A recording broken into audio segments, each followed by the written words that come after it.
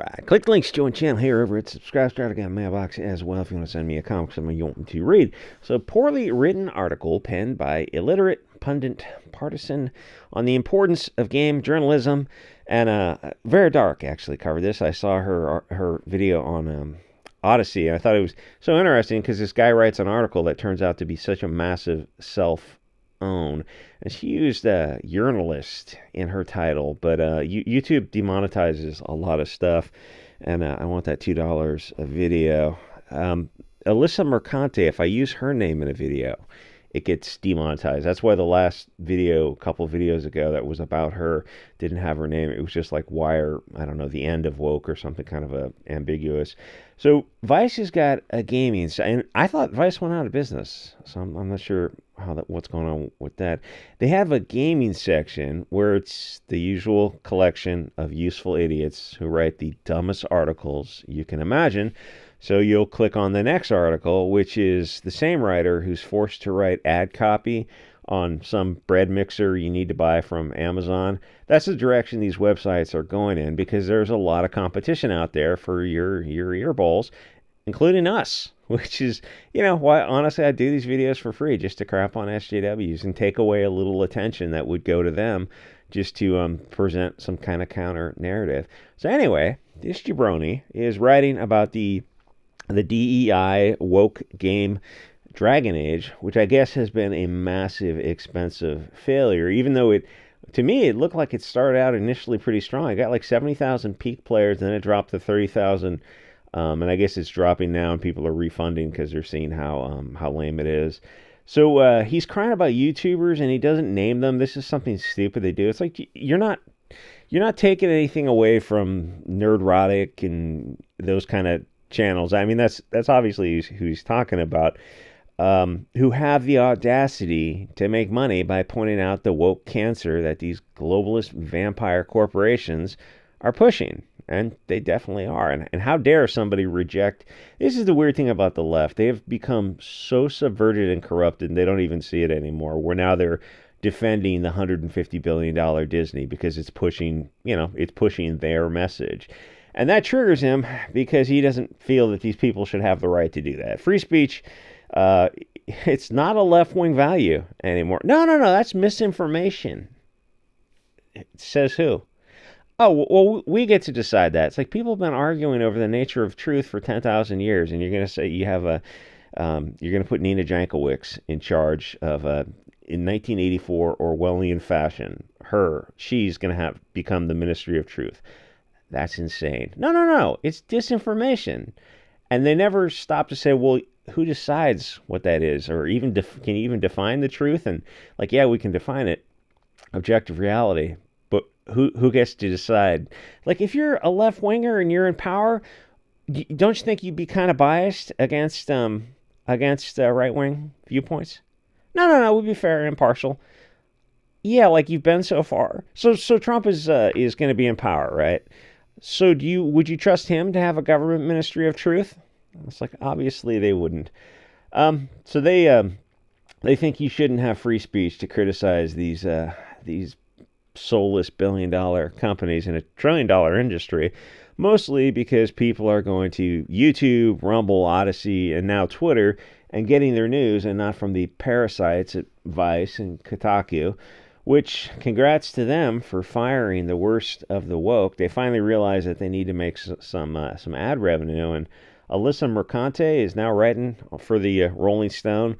So, I mean, check her out if you enjoy her articles. I understand she has bills to pay as well, and she's definitely writing to her audience. But, if you're too bad for Kotaku, why would Rolling Stones pick her up in any capacity? So this idiot is starting to panic, and I suppose because it looks like IGN, Polygon, and the rest of those blue-haired, childish weirdos in the media are finally slowly losing money, and it would just be extra funny if they went down under the reign of God King Emperor Trump. So no, there are no insights from the mainstream game journalists because they're 100% SJWs, and if they disappeared in a puff of crack smoke, they'd be replaced by more moderate, like That Park Place and Smash JT and bleeding full and bounding into comics. So this writer is triggered by a review that talks about the New World Order and Soros and their plans to Soylent Green people or something, and sounds like a based commenter. And they just can't accept that there's diversity of thought on the internet. These people have been in an echo chamber for so long. Anything that goes outside that echo chamber drives them insane. So he was triggered enough to write this really dumb article, essentially talking about how useful he is as a games journalist and how the whole industry of games journalism is very useful, and he should definitely not be fired, which is probably going to happen soon because he writes at a child's level and he doesn't check the article for punctuation mistakes, which he has made throughout the article. And I'm not even a grammar expert, and I noticed if you anyway. So it's not just the grammar. A lot of it's just the syntax is really dumbed down. And I know if the audience is reading you, then his audience is probably also pretty slow. But at least you should try to write like a professional.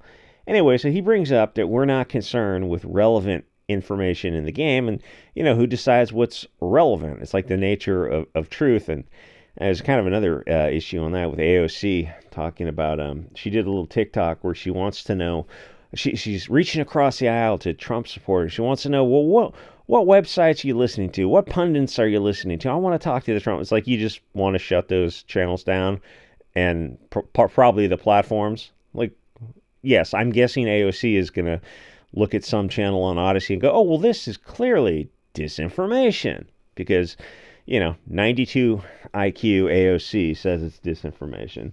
And shutting down channels and platforms is a bit of a challenge if the platform decides to to take a stand.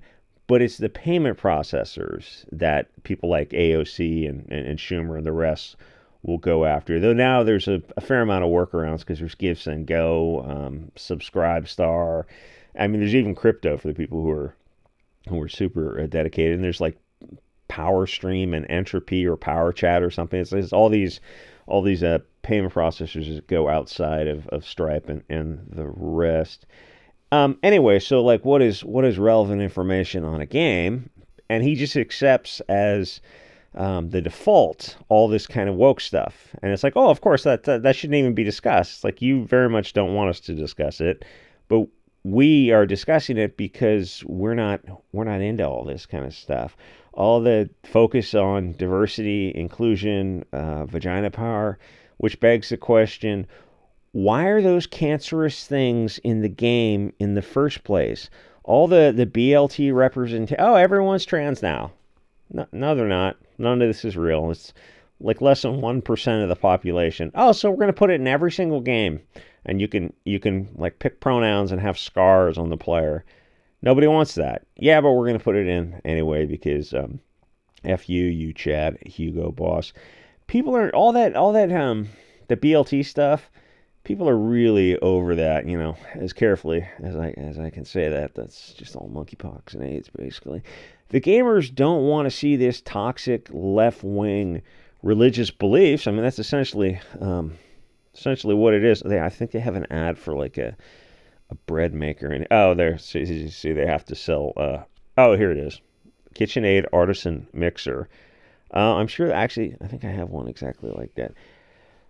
The thing is, all those things I mentioned are stupid, and everyone who pushes it should be fired, and you should just hire normal people who are base Chad Hugo Bosses who want women to look like women, and men aren't women. I know how offensive that is, but, we've played this game for like over 10 years now, 10, 15 years now, and admittedly, it's like, no, the people in video games, male or female, don't look like real characters. They have impossible types of bodies. We get that. They're either, perfect athletes or very much inspirational, aspirational, idealized bodies for both of the two genders.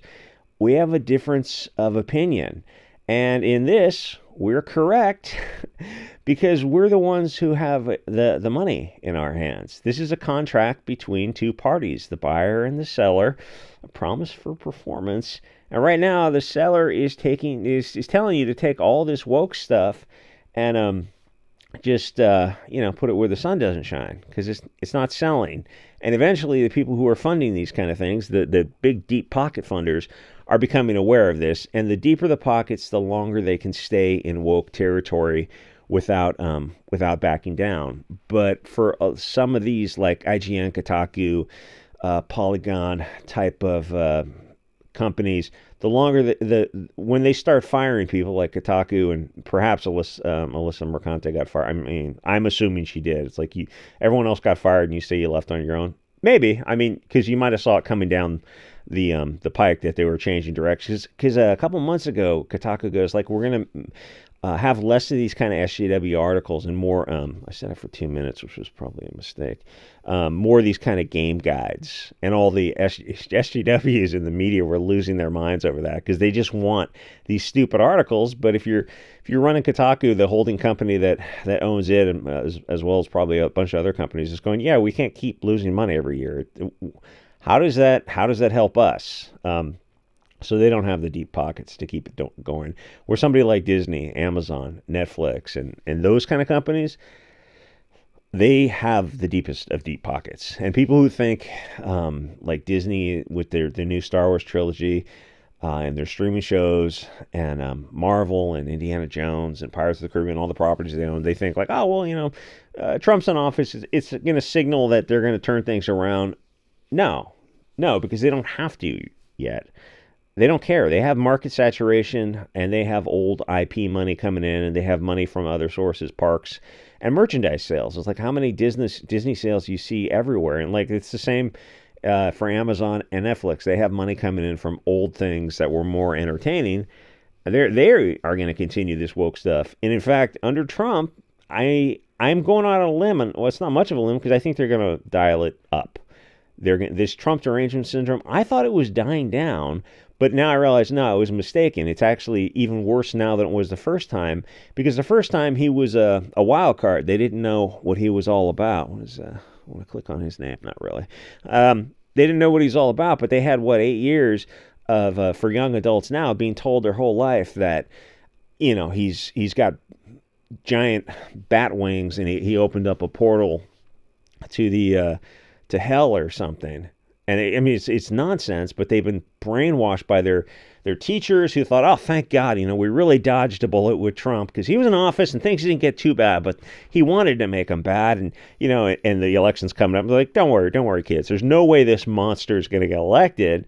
And so now all those kids are looking at it and they go, oh, but the monster got elected, and the teachers are crying. They're filming videos of their face explaining to these kids, traumatizing these kids. And, I think back to our generation, because I know the age of this, the metrics of this audience, and we were given that bullshit about the Cold War and global warming and ozone. It's like, the goal of all that was to lower the birth rate, but only the birth rate of the people who the message resonated with. Kind of a different video, not for YouTube, of course. All those things are psyops. As this guy was talking about, this commenter that triggered this guy about, I don't know what he's talking about. I mean, some of our site can go a little bit out there, but when even Elon Musk is talking about the, what is it, Novus Ordo Secula or something, or from many one type of stuff. It's like, maybe some rabbit hole should be explored. Anyway, done with woke. And so this guy, what's his name? Dwayne Jenkins. Keep an eye on him on social media, on Twitter, and see how long he works for Vice, because that's what this article kind of felt like. It felt like a little bit of, I don't know, like this would be a real bad look for Vice to fire their gaming staff. And Vice looks at it, and whoever owns Vice, didn't that guy, that real cringe weirdo, owned it and sold it. They look at it and they're like, yeah, we just, like, nobody gives a shit about all this kind of woke stuff. It's Gamergate 2.0. Yeah, but I mean, games and Hollywood and all this kind of woke stuff has been taking some serious L's lately, so we'll see. Anyway, like, comment, subscribe. See you guys all on Odyssey in next video.